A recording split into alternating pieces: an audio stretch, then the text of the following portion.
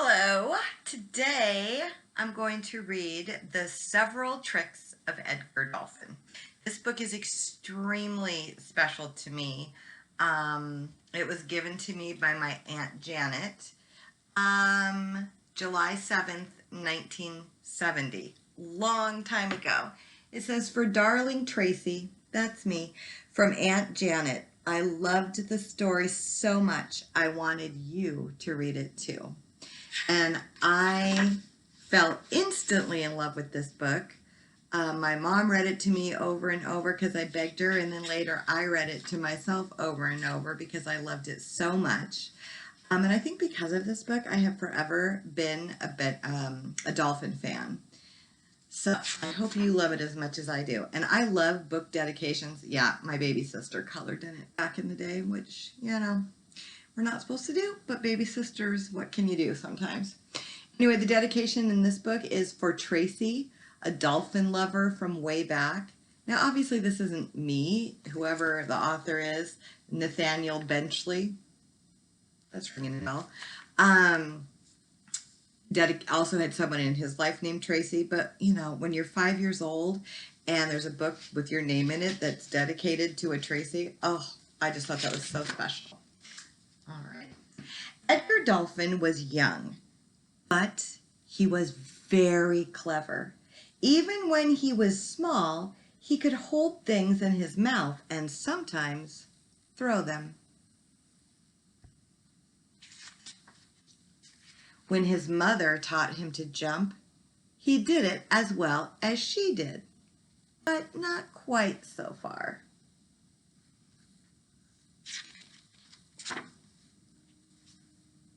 Once, she was teaching him how to chase a ship.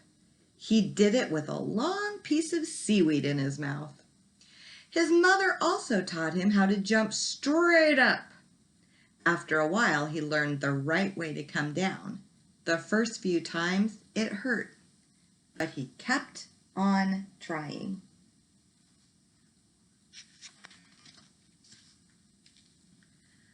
One day he was practicing his straight-up jumps. He saw a strange-looking ship in the distance. "Well, what do you know?" he said. "That seems interesting. I think I'll take a closer look."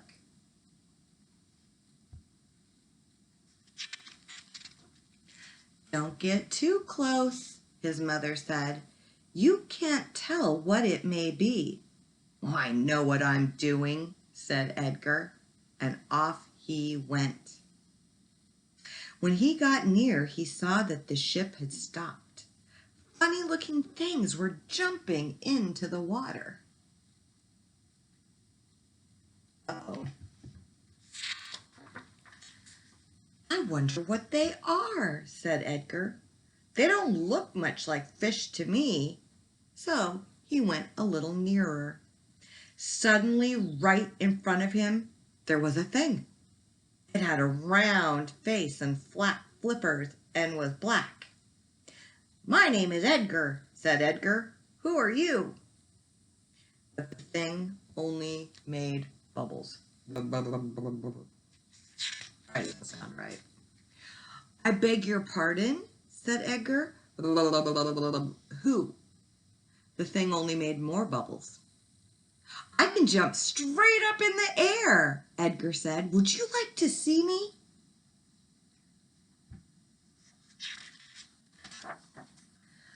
But before he could jump, there were more things all around him. They came toward him. One had a net.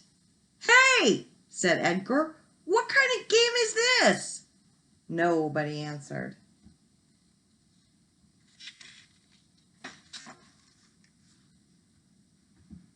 The net was slipped around him, and he was lifted up out of the water. "Cut it out," Edgar cried. "Let me go."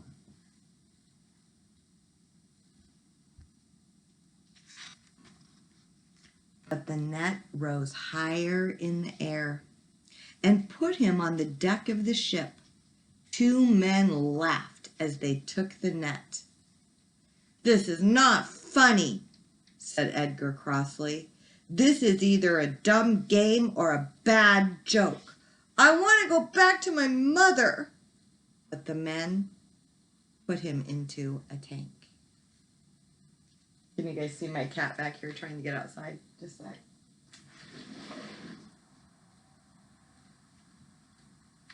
I don't think they're gonna grab me.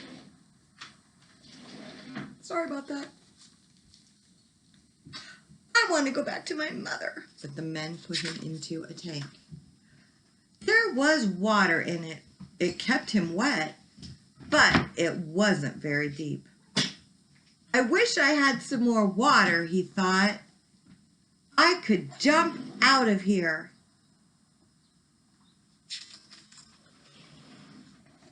Thank you, honey. "I suppose I could ask for more, but these people don't look very bright. I doubt if they would understand." He tried to ask for water, but the men did not understand him.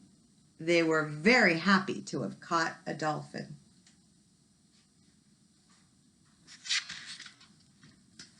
"Let's teach him some tricks," said one man. "I hear dolphins are pretty smart." He got a ball. He tossed it to Edgar. "Here," he said, "try to catch this."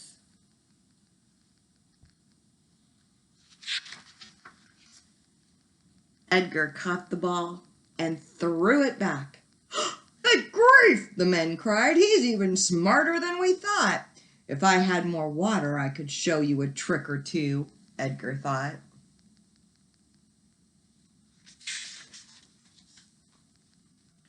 He watched one man who was cleaning the deck with a hose. It began to give him an idea, but the man was far away, and Edgar couldn't reach the hose. Someone threw in the ball. Edgar threw it back, this time with a curve. "He's a genius!" cried the men. "We have a super dolphin here." It was nice to be admired, but Edgar was tired of the men and their games.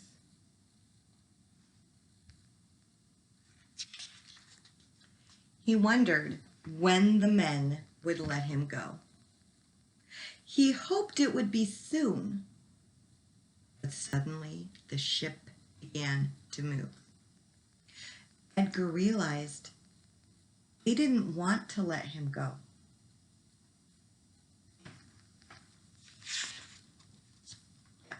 Here's more of that coloring. "Hey," said Edgar, "let me out of here. I want to go home." But the men just laughed and thought of new tricks to teach him.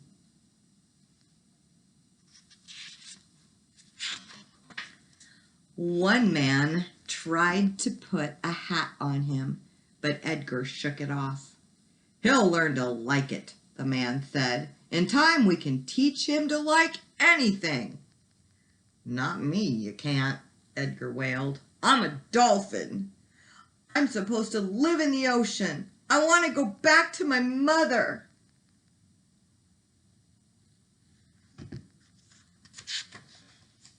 "He looks hungry," said another man. "Somebody get him a fish." So they got him a fish, but before they gave it to him, they made him throw the ball again.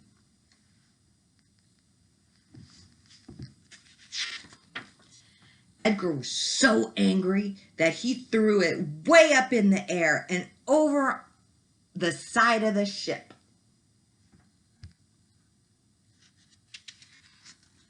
The men had to stop the ship while someone was lowered over the side to get the ball. That made Edgar think harder. If they wanted the ball that much, it must be important.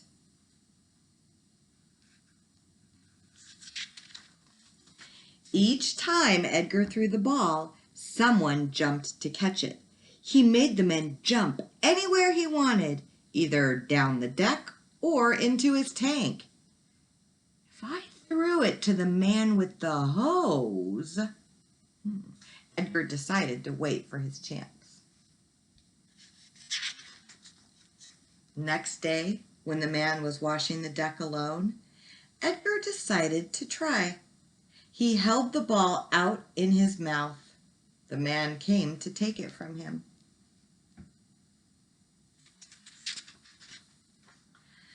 At almost the same instant, Edgar threw the ball way down the deck and snatched the hose from the man and squirted it into his tank.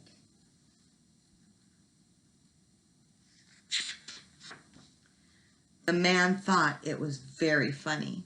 First he ran to get the ball, and then he ran to tell the others.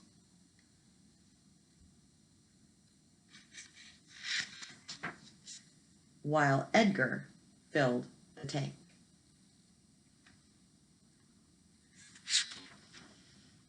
When the men arrived, the tank was full, and Edgar was swimming in circles. Faster and faster he swam around and around.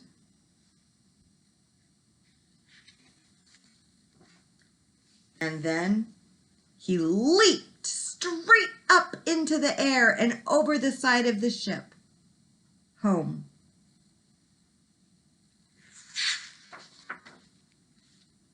To his mother.